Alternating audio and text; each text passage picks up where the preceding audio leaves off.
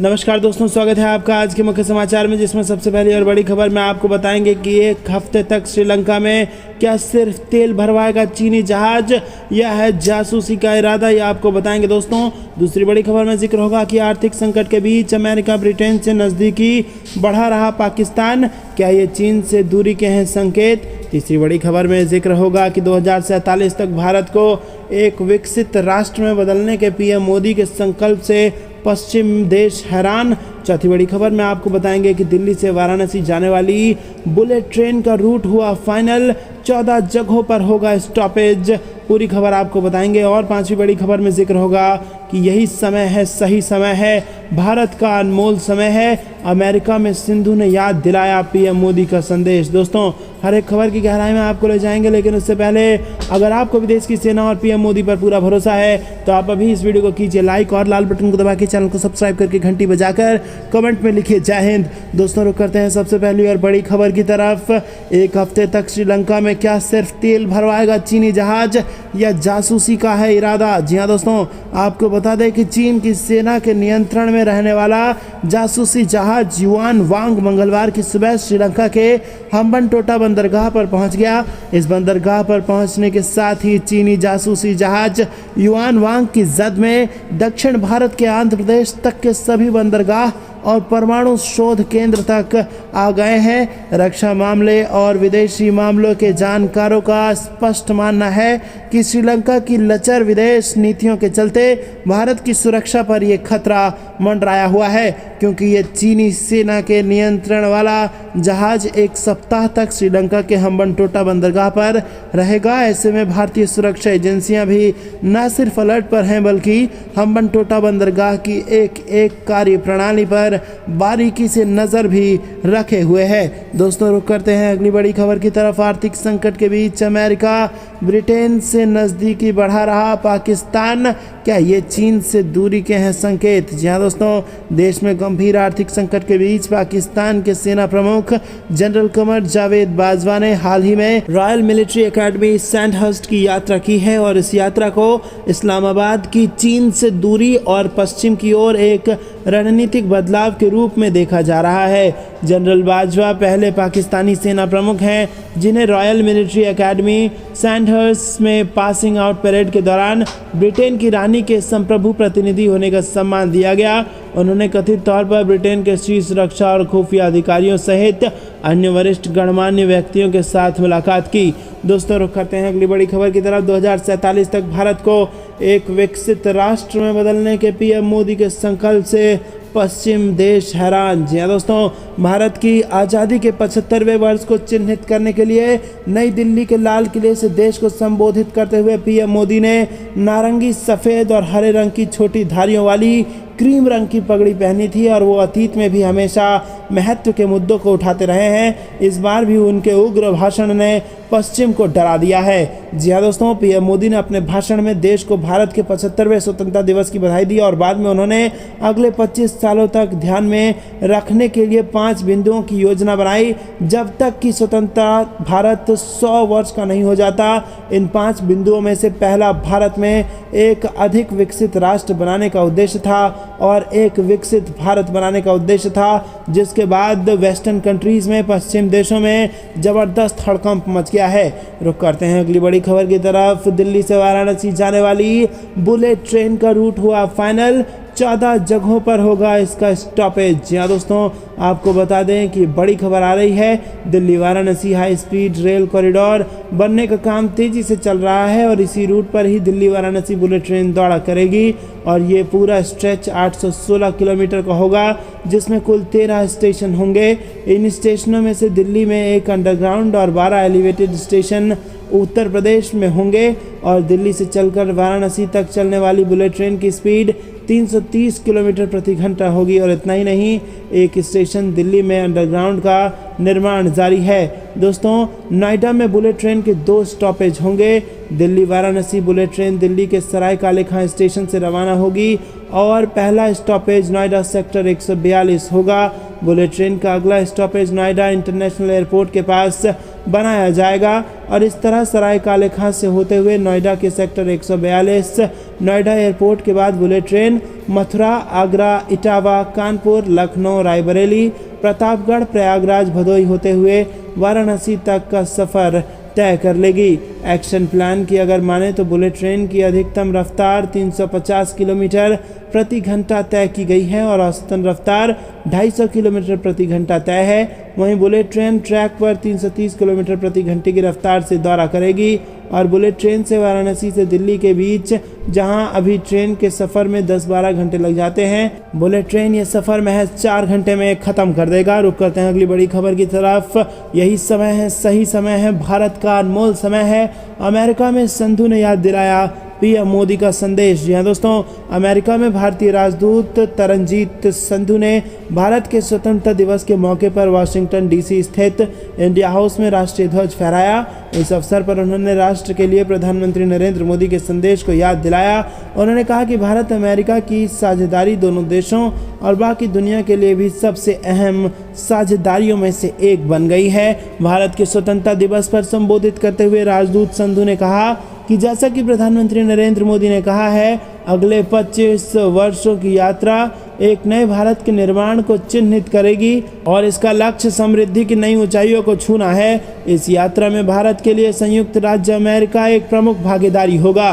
उन्होंने कहा कि भारत और अमेरिका लगातार एक साथ काम कर रहे हैं और वैश्विक शांति और स्थिरता, धरती और मानव के विकास को आगे बढ़ाने के लिए अपने तालमेल और पूरकता का लाभ उठा रहे हैं। इस प्रक्रिया में भारतीय प्रवासी एक महत्वपूर्ण स्तंभ बने रहेंगे और मैं इस अवसर पर उस महान कार्य की सराहना करता हूं जो प्रवासी कर रहे हैं। दोस्तों, रुक करते हैं अगली बड़ी खबर की तरफ, जिसमें आपको बता दें कि परिवारवाद पर बिछाई मोदी की विसात पर खुद मात खाने चली आई कांग्रेस। जी हाँ दोस्तों, बड़ी खबर आ रही है। आ बैल मुझे मार, ये मशहूर कहावत भारत के सबसे पुराने राजनीतिक दल कांग्रेस के ऊपर सबसे सटीक बैठती है। आज़ादी की 75वीं वर्षगांठ पर लाल किले की प्राचीर से जैसे ही प्रधानमंत्री नरेंद्र मोदी का भाषण समाप्त हुआ तो कुछ ही देर बाद कांग्रेस अध्यक्ष सोनिया गांधी की ओर से स्वतंत्रता दिवस की बधाई देते हुए एक पत्र जारी कर दिया गया। लेकिन इसी पत्र में सोनिया गांधी ने मोदी सरकार पर पलटवार भी किया। सोनिया गांधी ने कहा कि आज की आत्ममुग्ध सरकार हमारे स्वतंत्रता सेनानियों के महान बलिदानों और देश की गौरवशाली उपलब्धियों को तुच्छ साबित करने पर तुली है, जिसे कदापि स्वीकार नहीं किया जा सकता है। दोस्तों, दरअसल सोनिया गांधी की ये टिप्पणी उस समय आई थी जब कुछ ही समय पहले पीएम मोदी ने अपने भाषण में परिवारवाद का जिक्र करते हुए भाई भतीजावाद की मानसिकता से मुक्ति दिलाने की मांग की थी। आसान शब्दों में कहा जाए तो पीएम मोदी और भाजपा पर पलटवार करने के चक्कर में कांग्रेस ने एक बार फिर से बड़ी रणनीतिक गलती कर दी है, क्योंकि जैसे ही कांग्रेस ये कहती है कि भाजपा ने अपने राजनीतिक लाभ के लिए महात्मा गांधी और जवाहरलाल नेहरू जैसे स्वतंत्रता सेनानियों को गलत बयानी के जरिए तुच्छ साबित करने की कोशिश कर रही है, ठीक उसी समय कांग्रेस परिवारवाद को लेकर पीएम मोदी और भाजपा द्वारा बिछाए गए जाल में फंस जाती है, क्योंकि गांधी और नेहरू पर बात करते हुए कांग्रेस अपने आप ही परिवारवाद के आरोपों को परोक्ष रूप से स्वीकार कर लेती है। दोस्तों, रुक करते हैं अगली बड़ी खबर की चिंताओं के बीच श्रीलंका की हम्बनटोटा बंदरगाह पर पहुंचा चीनी जासूसी जहाज। जी हाँ दोस्तों, आपको बता दें कि भारत की चिंताओं के बीच चीन का उपग्रह और मिसाइल निगरानी पोत श्रीलंका के बंदरगाह हम्बनटोटा पर सुबह पहुंच चुका है। श्रीलंका ने पहले ही इसकी अनुमति दे दी थी। खबरों के अनुसार श्रीलंका ने पहले भारत और अमेरिका की चिंताओं के बीच चीन से अपने पोत को भेजने के कार्यक्रम को टालने को कहा था, लेकिन कुछ दिन बाद उसने चीन को जासूसी जहाज हम्बनटोटा बंदरगाह भेजने की अनुमति दे दी थी। दोस्तों, रुक करते हैं अगली बड़ी खबर की तरफ। प्रधानमंत्री के भाषण की अमित शाह ने की तारीफ, बोले अद्भुत उद्बोधन, हर भारतीय को ये सुनना चाहिए। जी हाँ दोस्तों, स्वतंत्रता दिवस की 75वीं वर्षगांठ पर प्रधानमंत्री नरेंद्र मोदी ने देश के नाम संबोधन दिया।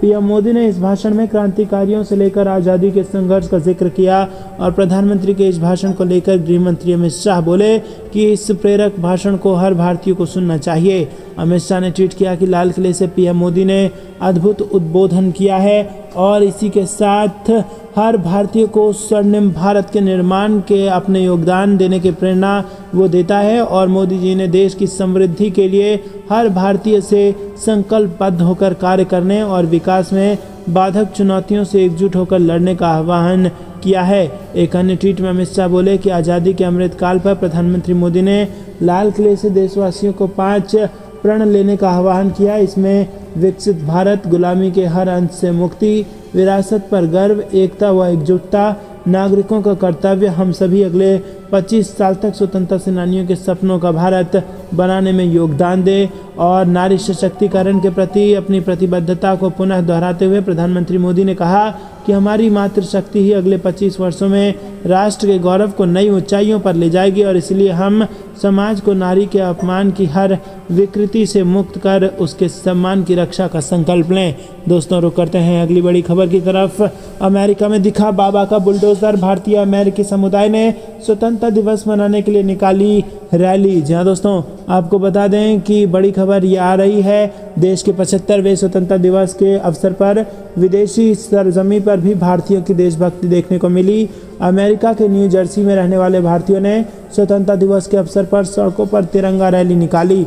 वहीं दोस्तों, आपको बता दें कि सोशल मीडिया पर शेयर किए गए वीडियो में भारतीयों को बड़ी संख्या में गर्व के साथ तिरंगा लहराते देखा जा सकता है और इस अवसर पर न्यू जर्सी महासभा के अध्यक्ष क्रेग जे कफलिन भी शामिल हुए। अपने अनुभव को साझा करते हुए उन्होंने कहा कि हालांकि भारत की कहानी अमेरिका के कई साल बाद हुई है, लेकिन स्वतंत्रता और लोकतंत्र के हमारे साझा विचार हमें एकजुट करते हैं। जैसा कि मैं खड़ा हूँ, मुझे याद आ रहा है कैसे भारतीय अमेरिकियों ने न्यू जर्सी के सकारात्मक विकास में योगदान दिया है। दोस्तों, रुक करते हैं अगली बड़ी खबर की तरफ। भारी बारिश से मचा हाहाकार, जल प्रलय से चारों ओर पानी ही पानी, सड़कों से टूट गया संपर्क। जी हाँ दोस्तों, भारी बारिश ने मध्य प्रदेश में हाहाकार मचाया हुआ है। लगातार बारिश होने से नदियां उफान पर हैं और चारों ओर जल प्रलय दिखाई दे रहा है। लोगों के घरों में पानी घुस आया है और हाईवे बंद हो गए हैं। जिलों की सड़कें जलमग्न हैं और इस वजह से यातायात ठप हो गया है। भोपाल में पिछले 48 घंटों से लगातार बारिश हो रही है तो नर्मदापुरम में नर्मदा उफान पर है और ये खतरे के अलार्म से महज 2 फीट नीचे बह रही है। भारी बारिश से करीब करीब हर जिले में तबाही मची हुई है। भोपाल सहित कई जिलों में स्कूलों की छुट्टी कर दी गई है और प्रशासन अलर्ट पर है और कई जगह निचली बस्तियों में लोगों से सावधानी बरतने की अपील कर रहा है प्रशासन। मौसम विभाग द्वारा जारी अलर्ट के बाद नर्मदापुरम जिले और आसपास के क्षेत्रों में जोरदार बारिश का सिलसिला जारी है। भारी बारिश और डैम से लगातार छोड़े जा रहे पानी के कारण नर्मदा के जलस्तर में तेजी से बढ़ोतरी हो रही है। सोमवार शाम नर्मदा का लेवल 962 फीट पर पहुंच गया, जो डेंजर अलार्म लेवल से महज 2 फीट कम है। वर्तमान में नर्मदा का जलस्तर 962 फीट ऊंचा पहुंच गया और जो डेंजर अलार्म लेवल से 2 फीट कम है। दोस्तों, रुक करते हैं अगली बड़ी खबर की तरफ। गुजरात कांग्रेस का टूटना जारी, 6 और एमएलए ने छोड़ा पार्टी, क्या फंड की कमी है वजह? जी हाँ दोस्तों, गुजरात में विधानसभा चुनाव में कुछ महीनों का वक्त बाकी है और इसी बीच नकदी की कमी से जूझ रही कांग्रेस को नया झटका लग सकता है। खबर है कि सौराष्ट्र में कुछ कांग्रेस विधायक जल्द भारतीय जनता पार्टी में शामिल होने की तैयारी कर रहे हैं। इधर ऑल इंडिया कांग्रेस कमेटी के गुजरात प्रभारी अशोक गहलोत मंगलवार को गुजरात पहुंच रहे हैं और हाल ही में गुजरात कांग्रेस के बड़े नेता नरेश रावल और राजू परमार ने भी पार्टी छोड़ने का फैसला किया था। दोस्तों, इकोनॉमिक टाइम्स की रिपोर्ट के मुताबिक गुजरात कांग्रेस प्रदेश कमेटी के पूर्व अध्यक्ष ने बताया कि इन विधायकों ने चुनाव के लिए आर्थिक सहयोग की मांग की थी। उन्होंने कहा कि फिलहाल कांग्रेस उनकी मांग पूरा करने की स्थिति में नहीं है और अब वो पार्टी छोड़ने की तैयारी में है। रिपोर्ट में सूत्रों के हवाले से बताया गया कि भावेश कटारा, चिराग कलगरिया, ललित वसोया समेत कई सारे ऐसे नेता हैं जिन्होंने भाजपा के प्रदेश अध्यक्ष CR पाटिल से मुलाकात की है। खास बात यह है कि इन 6 नेताओं में से 4 पाटीदार हैं। ऐसे में बड़े स्तर पर पार्टी छोड़ने से कांग्रेस खासी प्रभावित हो सकती है और इससे पहले पाटीदार नेता हार्दिक पटेल ने भी भाजपा का दामन थाम लिया था।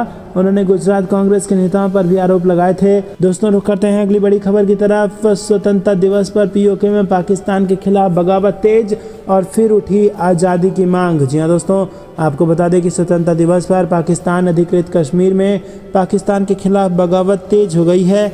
मुजफ्फराबाद में पाकिस्तान से आज़ादी की मांग तेज हो गई है और यहाँ निहत्थे प्रदर्शनकारियों पर कई इलाकों में फायरिंग की गई और इसकी तस्वीरें लगातार सामने आ रही हैं। प्रदर्शनकारी लगातार पाकिस्तान में शामिल होने के संविधान संशोधन के खिलाफ विरोध जता रहे हैं और पाकिस्तान से आज़ादी की मांग कर रहे हैं।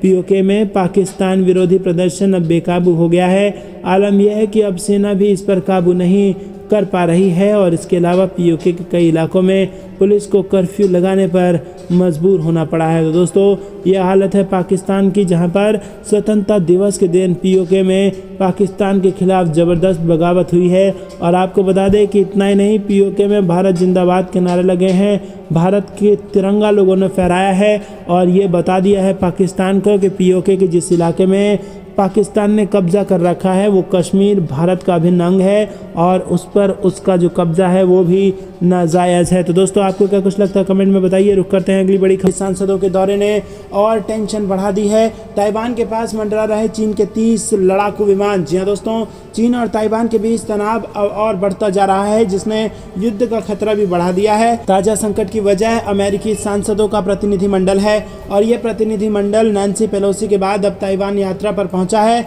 और इससे चीन चिढ़ा हुआ है। चीन ने यूएस स्पीकर नैन्सी पेलोसी के ताइवान आने के वक्त ही नाराजगी जताई थी और साथ ही साथ चेतावनी दी थी कि दोबारा कोई अमेरिकी स्पीकर ताइवान ना जाए। नैन्सी पेलोसी के ताइवान पहुंचने के बाद से ही चीन चिढ़ा हुआ है और उसने तभी से ताइवान को घेरकर मिलिट्री ड्रिल शुरू कर दी है। और अब ताइवान की राष्ट्रपति साई इंग वेन ने अमेरिकी सांसदों के प्रतिनिधिमंडल से मुलाकात की है और इससे चिढ़कर चीन ने ताइवान के आसपास अपनी लाइव मिलिट्री ड्रिल को और ज़्यादा बढ़ाने का ऐलान कर दिया है। ताइवान ने भी इसकी पुष्टि कर दी है। ताइवान का कहना है कि चीन के 30 एयरक्राफ्ट और 5 पोतों ने आसपास मिलिट्री ड्रिल की और ताइवान का दावा है कि 30 में से 15 एयरक्राफ्ट ने ताइवान जल संधि की मीडियन लाइन को क्रॉस किया था। रुक करते हैं अगली बड़ी खबर की तरफ। विश्व कर रहा है भारत को सलाम। पुतिन, बाइडेन समेत कई नेताओं ने दी शुभकामनाएं। जी हाँ दोस्तों, देश भर में आज़ादी के 75 साल पूरे होने पर जश्न मनाया जा रहा है। पूरा देश इस मौके पर तिरंगे और देशभक्ति से सराबोर नजर आ रहा है और इस मौके पर विदेशी नेताओं ने भी भारतवासियों को स्वतंत्रता दिवस की शुभकामनाएं दी। इन नेताओं में अमेरिका के राष्ट्रपति जो बाइडेन, फ्रांस के राष्ट्रपति इमैनुअल मैक्रों और रूसी राष्ट्रपति व्लादिमीर पुतिन शामिल हैं। और इसके साथ ही नेपाल के पीएम शेर बहादुर दोउआ ने भी भारत को बधाई दी है। फ्रांस के राष्ट्रपति इमैनुअल मैक्रों ने भारत को 76वें स्वतंत्रता दिवस पर बधाई दी है और इसके साथ ही उन्होंने भारत के साथ द्विपक्षीय संबंधों को मजबूत बनाए रखने की बात भी कही। उन्होंने अपने ट्वीट में पिछले 75 वर्षों में भारत की आश्चर्यजनक उपलब्धि को सराहना करते हुए कहा कि प्रिय मित्र नरेंद्र मोदी, भारत के प्रिय लोगों, आपके स्वतंत्रता दिवस पर बधाई। जैसा कि आप गर्व से पिछले 75 वर्षों में भारत की आश्चर्यजनक उपलब्धियों का जश्न मना रहे हैं, आप हमेशा फ्रांस पर भरोसा कर सकते हैं कि वो हमेशा आपका साथ देगा। मैक्रों ने भारत को शुभकामनाएं देते हुए 2 ट्वीट किए थे। पहला ट्वीट उन्होंने अंग्रेजी में और दूसरा हिंदी में किया। गौरतलब है कि भारत और फ्रांस के पारंपरिक रूप से घनिष्ठ और मैत्रीपूर्ण संबंध हैं और रक्षा और सुरक्षा सहयोग, अंतरिक्ष सहयोग और असैन्य परमाणु सहयोग के क्षेत्र फ्रांस के साथ हमारी सामरिक साझेदारी के प्रमुख स्तंभ हैं। रुक करते हैं अगली बड़ी खबर की तरफ। अब जय जवान जय किसान के साथ विज्ञान के साथ अनुसंधान भी पीएम मोदी ने लाल किले से दिया नया नारा। जी हाँ दोस्तों आपको बता दें कि आज़ादी के इस अमृत महोत्सव में हर ओर घर, ऑफिस, पार्क आदि में तिरंगा लहराया जा रहा है और देश के प्रधानमंत्री नरेंद्र मोदी ने लाल किले की प्राचीर से ध्वजारोहण किया और देश को संबोधित किया और उन्होंने देशवासियों से आने वाले 25 सालों में कई संकल्पों को पूरा करने की अपील की। अपने संबोधन में पीएम मोदी ने देश के विकास में अनुसंधान के महत्व को ध्यान में रखते हुए एक ऐतिहासिक नारा भी दिया। जी हाँ दोस्तों, जय जवान जय किसान जय विज्ञान के साथ अब जय अनुसंधान। जी हाँ दोस्तों, प्रधानमंत्री नरेंद्र मोदी ने लाल किले की प्राचीर से देश को एक नया नारा दिया। उन्होंने कहा कि लाल बहादुर शास्त्री ने जय जवान जय किसान का नारा दिया था, इसके बाद अटल बिहारी वाजपेयी ने इसमें जय विज्ञान जोड़ा और अब इसमें जय अनुसंधान जोड़ने का समय आ गया है, जब जय जवान जय किसान जय विज्ञान और अब जय अनुसंधान भी होगा। दोस्तों, पीएम मोदी ने आने वाले 25 वर्षों के लिए देशवासियों को 5 संकल्प दिए। उन्होंने कहा कि अब देश बड़े संकल्प लेकर चलेगा और वो पहला बड़ा संकल्प है विकसित भारत और उससे कुछ कम नहीं होना चाहिए। दूसरा प्रण है किसी भी कोने में हमारे मन के भीतर अगर मामूली गुलामी का एक भी अंश हो उसे किसी भी हालत में बचने नहीं देना है। तीसरा प्रण शक्ति है, हमें अपने विरासत पर गर्व होना चाहिए। चौथा प्रण है एकता और एकजुटता, और पांचवा प्रण है नागरिकों का कर्तव्य। इसमें प्रधानमंत्री भी बाहर नहीं होता, राष्ट्रपति भी इससे बाहर नहीं है। रुक करते हैं अगली बड़ी खबर की तरफ। ब्रह्मोस 2 की क्षमता से चिंतित हुए दुश्मन, रूसी ज़िरकान की तर्ज पर काम करेगी ये मिसाइल। जी हाँ दोस्तों, आपको बता दें कि भारतीय सीमा पर तनाव को देखते हुए रक्षा वैज्ञानिक और भारतीय सेना ने कमर कस ली है। अब भारतीय सेना को पूरी तरह से आधुनिक किया जा रहा है, और खास बात यह है कि सेना के इस आधुनिकीकरण में स्वदेशी तकनीकी का ज़्यादा से ज़्यादा इस्तेमाल पर जोर है। दुश्मन की किसी भी रणनीति को विफल करने के लिए भारतीय सेना के तीनों विंगों में एक संतुलन बनाने का प्रयास जारी है। रूसी S-400 डिफेंस मिसाइल सिस्टम को इसी कड़ी के रूप में देखा जाना चाहिए। इस क्रम में ब्रह्मोस क्रूज मिसाइल का upgrade version hypersonic variant BrahMos 2 का काम एडवांस स्टेज में है, और इसमें ज़िरकान हाइपरसोनिक मिसाइल की तकनीक का इस्तेमाल किया जाए। ऐसे में ये जिज्ञासा होती है कि ये ज़िरकान हाइपरसोनिक मिसाइल क्या है, युद्ध के दौरान ये किस तरह से काम करती है, भारतीय सेना को इसकी ज़रूरत क्यों पड़ी, और इसके साथ ब्रह्मोस क्रूज मिसाइल के अपग्रेड वर्जन के बारे में भी जानेंगे। दोस्तों रुक करते हैं अगली बड़ी खबर की तरफ।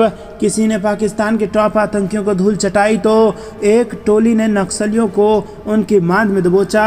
CRPF की है जबरदस्त शौर्य गाथा। जी हाँ दोस्तों, माओवादी क्षेत्रों में विभिन्न ऑपरेशन के दौरान प्रदर्शित बहादुरी के लिए 26 वीरता पदक और जम्मू कश्मीर में जाबाजी के लिए 84 वीरता पदक प्रदान किए गए हैं। दोस्तों आपको बता दें कि देश के सबसे बड़े केंद्रीय अर्धसैनिक बल CRPF को इस स्वतंत्रता दिवस पर 110 वीरता के पदकों से नवाजा गया है, और इनमें एक जाबाज को शौर्य चक्र मिला तो 109 को पुलिस मेडल फॉर गैलेंट्री से सम्मानित किया गया है। माओवादी क्षेत्रों में विभिन्न ऑपरेशनों के दौरान प्रदर्शित बहादुरी के लिए 26 वीरता पदक और जम्मू कश्मीर में जाबाजी के लिए 84 वीरता पदक प्रदान किए गए हैं। सहायक कमांडेंट अमित कुमार को शौर्य चक्र मिला है। रुक करते हैं अगली बड़ी खबर की तरफ। मन काफी आहत है। जालौर की घटना के बाद कांग्रेस विधायक पाना चंद मेघवाल ने दिया इस्तीफा। जी हाँ दोस्तों, राजस्थान के जालौर की घटना से आहत होकर सोमवार को 12 के कांग्रेस विधायक पाना चंद मेघवाल ने अपने विधायक पद से इस्तीफा दे दिया, और जानकारी के मुताबिक मेघवाल ने मुख्यमंत्री अशोक गहलोत को अपना इस्तीफा भेज दिया है। विधायक का कहना है कि आज़ादी के 75 वर्ष बाद भी प्रदेश के दलित वंचित वर्ग पर हो रहे अत्याचार से व्यथित होकर उन्होंने मुख्यमंत्री अशोक गहलोत को अपने विधायक पद से त्याग पत्र